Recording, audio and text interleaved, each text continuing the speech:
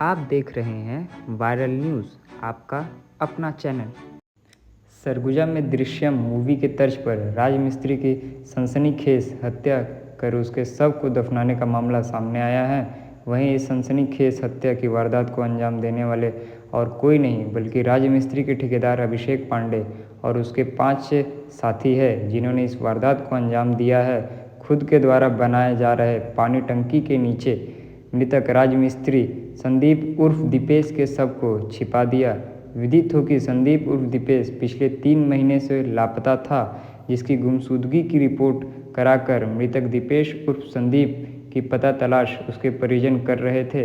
वहीं मृतक के परिजन ने ठेकेदार अभिषेक पांडे सहित उसके साथियों के खिलाफ पहले ही दीपेश की हत्या किए जाने का आशंका जताया था। उसके अपहरण किए जाने का एफआईआर भी थाने में दर्ज कराया था। वहीं पुलिस ने जब ठेकेदार अभिषेक पांडे के साथियों को पकड़कर जब कड़ाई से पूछताछ की तो उन्होंने अपना जुर्म कबूल करते हुए पूरी वारदात की जानकारी देते हुए इसका खुलासा किया कि उन्होंने राजमिस्त्री का शव मैनपाट के कुरैना में पानी टंकी के नीचे नींव में दबाकर छिपा दिया है। जिसके बाद पुलिस ने पानी टंकी को ढहाया और जेसीबी से खुदाई कर मृतक दीपेश का शव बरामद किया।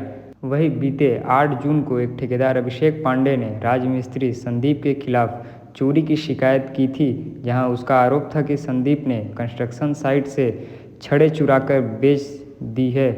वहीं कुछ दिन बाद संदीप के लापता होने की रिपोर्ट भी उसकी पत्नी सलीमा लकड़ा ने दर्ज कराई थी, जहां मृतक संदीप उर्फ दीपेश द्वारा ठेकेदार के कंस्ट्रक्शन साइट से चोरी किए जाने से नाराज होकर ठेकेदार अभिषेक पांडे और उसके साथियों ने मृतक संदीप को जमकर पीटा और इसकी मौत के बाद उसके शव को छिपा दिया। इधर पुलिस ने जब ठेकेदार अभिषेक पांडे के सहयोगियों को पकड़कर पूछताछ की तो आरोपियों ने पुलिस को पूरी घटनाक्रम की जानकारी दी है। फिलहाल पूरे मामले में सरगुजा पुलिस ने 4 आरोपियों को हिरासत में ले लिया है, जहां मुख्य आरोपी अभिषेक पांडे फरार बताया जा रहा है, जिसकी पतासाजी में पुलिस जुट गई है। वहीं इधर पूर्व मंत्री अमरजीत भगत ने घटना की निंदा करते हुए आरोपियों के घर बुलडोजर चलाने की मांग की है। तो वहीं सीतापुर विधायक राम कुमार टोप्पो मृतक के परिजनों को खुद अपना और प्रशासन को परिजनों के साथ खड़े होने का हवाला दे रहे हैं। वहीं आदिवासी समुदाय के लोग मुख्य आरोपी फरार चल रहे अभिषेक पांडे की गिरफ्तारी जल्दी किए जाने की बात करते हुए ऐसा नहीं होने पर उग्र आंदोलन करने की बात कर रहे हैं। थाना सीतापुर में गुम इंसान क्रमांक 33/24 और अपराध 178/24 और 219/24 कायम हुआ था। संदीप लकड़ा नाम का व्यक्ति था जिसका गुम इंसान कायम हुआ था। 7 जून के बाद से उसका ट्रेस नहीं मिल रहा था।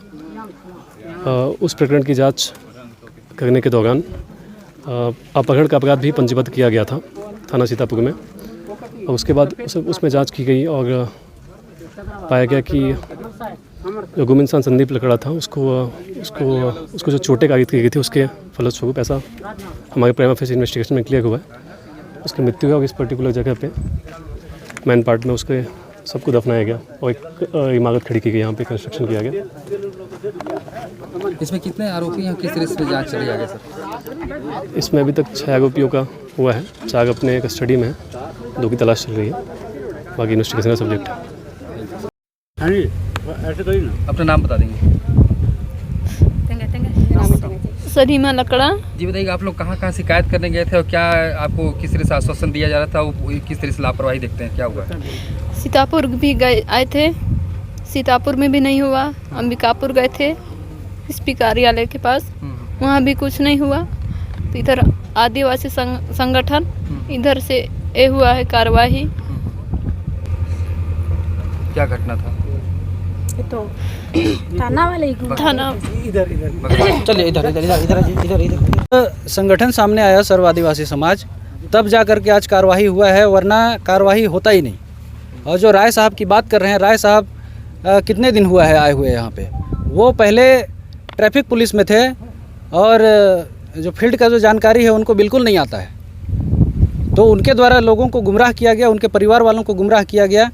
जब संगठन सामने खड़ा हुआ, यहाँ तक कि एफआईआर तक नहीं लिखा जा रहा था लोगों का। परिजन जाके बोल रहे थे तो उनका एफआईआर नहीं लिखा जा रहा था।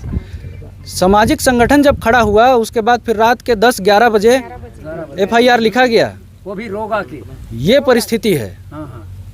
तो हमारे साथ इतना अन्याय हुआ है और आज हम ये कहते हैं कि जब तक उनकी गिरफ्तारी नहीं होती है जो मुख्य आरोपी हैं, तब तक हम नहीं मानेंगे। नहीं करने वाले हैं, लेकिन जैसे मुख्य आरोपी का गिरफ्तारी नहीं होता है जितने उसमें शामिल हैं, क्योंकि एक जने का काम तो ये हो नहीं सकता है, इसमें काफ़ी सारे लोग शामिल हैं, क्योंकि साक्ष्य छुपाने में भी लोग शामिल हैं, क्योंकि जो कॉन्क्रीटिंग हुई है वो एक के बस की बात तो नहीं है। तो जब तक वो सारे के सारे लोग नहीं पकड़ाते हैं तब तक हम लोग छोड़ेंगे नहीं। अगर थाना घेराव का ज़रूरत पड़ा तो थाना घेराव करेंगे, जो भी जितना भी करना पड़ेगा हम करेंगे। बोलिए, बताइए। अब इसमें ये देखना है कि बाकी जगह तो खूब अपराधियों के घर में बुलडोजर चलता है। इस प्रदेश का मुख्यमंत्री आदिवासी है और आदिवासी के साथ, युवा के साथ अत्याचार हुआ है, उसका हत्या हुआ है, उसको दफना दिया गया था। उन अपराधियों के यहाँ बुलडोजर चलता है कि नहीं चलता है, अब ये देखना है सही में न्याय उनके साथ होता है कि नहीं होता है। 3 महीना पहले गुमशुदगी का मामला दर्ज हुआ था, जिसमें पुलिस ने आज ही एक लाश बरामद किया है, जिसका शिनाख्त अभी एक बेलजोरा निवासी उसके तर्ज पे किया हुआ है, लेकिन पोस्टमार्टम अभी जारी है। इसी पर आज उपस्थित हुए थे यहाँ। तो क्या इसमें निकल के सामने आया, किस तरह से गुमशुदगी की रिपोर्ट दर्ज हुई थी, किसी के थाना घेराव भी किया गया था?